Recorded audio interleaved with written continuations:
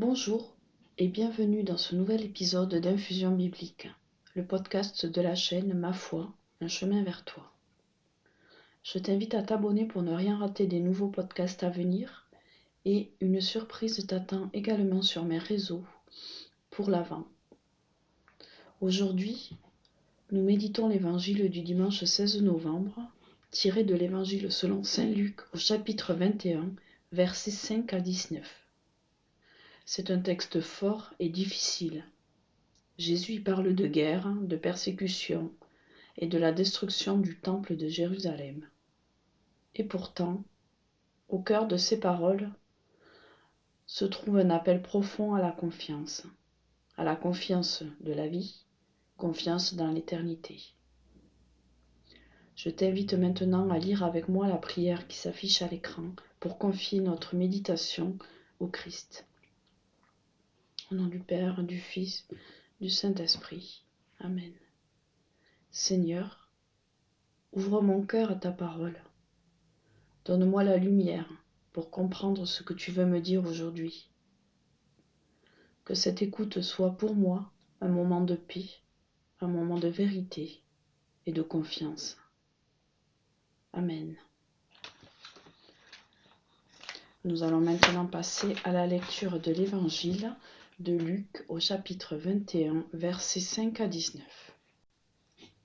En ces temps-là, comme certains disciples de Jésus parlaient du temple, des belles pierres et des ex-voto qui le décoraient, Jésus leur déclara : « Ce que vous contemplez, des jours viendront où il n'en restera pas pierre sur pierre, tout sera détruit. » Ils lui demandèrent : « Maître, quand cela arrivera-t-il ?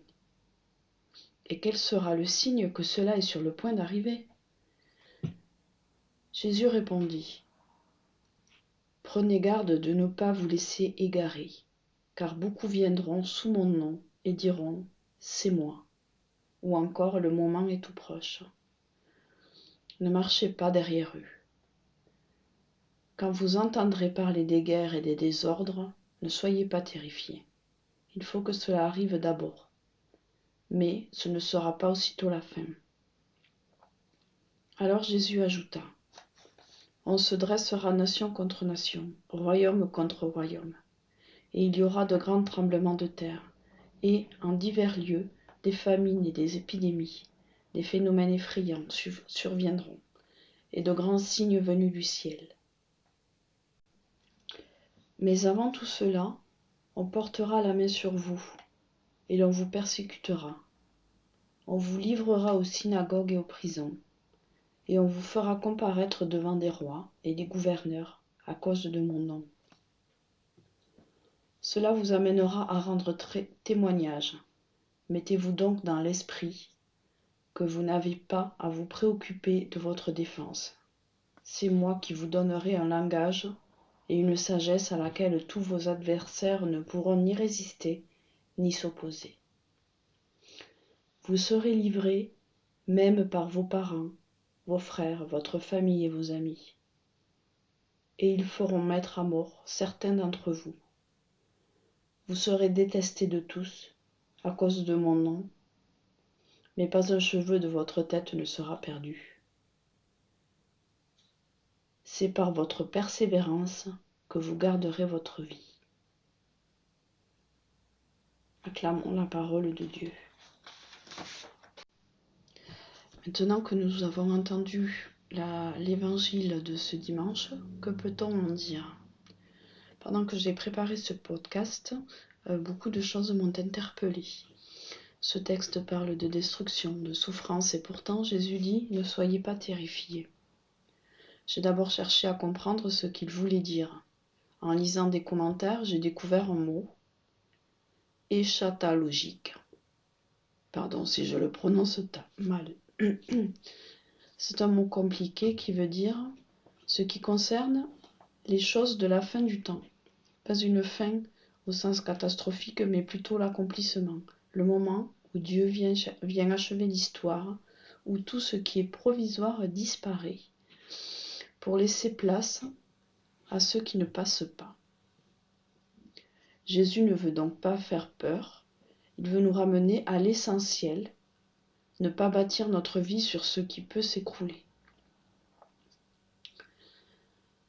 Ici, les disciples admirent la beauté des temples, ces grandes pierres, ces décorations, les ex-voto, qui sont des petits objets qu'offraient en remerciement les pèlerins pour une grâce rendue. Et Jésus leur dit, tout cela disparaîtra. Ces mots peuvent sembler durs, mais ils nous rappellent une vérité. Tout ce qui est humain est fragile. Même les plus belles choses peuvent s'effondrer. Et alors je me suis demandé, qu'est-ce que dans ma vie est mon temple? À quoi est-ce que je m'accroche, pensant que c'est solide, alors que Dieu m'invite peut-être à m'en détacher? Jésus ne méprise pas la beauté du temple. Il veut simplement nous conduire vers une beauté plus profonde, celle du cœur tourné vers Dieu.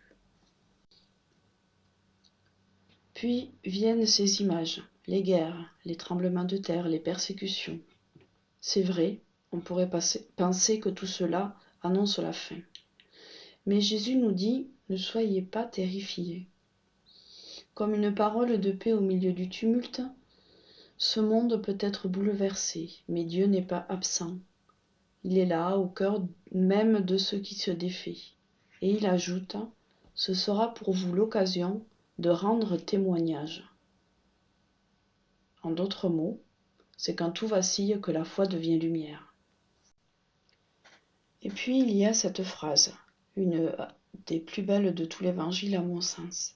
Pas un cheveu de votre tête ne sera perdu. Ici, on est bien sur une promesse. Jésus ne dit pas que nous échapperons à la souffrance, mais que rien ne peut nous séparer de Dieu. La vie éternelle, ce n'est pas plus tard, c'est déjà maintenant, quand nous mettons notre confiance en lui, quand nous croyons que même dans l'épreuve, quelque chose de plus grand nous porte. À nouveau, et pour clôturer ce podcast, je t'invite à lire avec moi la prière qui s'écrit à l'écran. Au nom du Père, du Fils, du Saint-Esprit. Amen. Seigneur, quand tout s'écroule autour de moi, garde-moi dans ta paix. Aide-moi à bâtir mon nom sur les pierres qui passent, mais sur un ton d'amour qui demeure. Donne-moi la persévérance de la foi, la force de continuer à croire, même quand tout semble perdu. Seigneur, fais grandir en moi la confiance, celle qui ne dépend pas de ce que je vois, mais de ton infini amour. Amen. Je te remercie d'avoir partagé ce moment avec moi et d'avoir regardé cette vidéo. Si ce podcast t'a touché, tu peux le partager autour de toi. N'hésite pas à t'abonner et à me suivre sur mes autres réseaux. Tout est dans la barre de description. N'hésite pas non plus à t'abonner pour recevoir le calendrier de l'Avent de la chaîne Ma Foi, un chemin vers toi. Chaque jour, une petite prière envoyée par mail. Tout est dans la barre de description également. Et surtout, que le Seigneur te bénisse et te garde dans sa paix.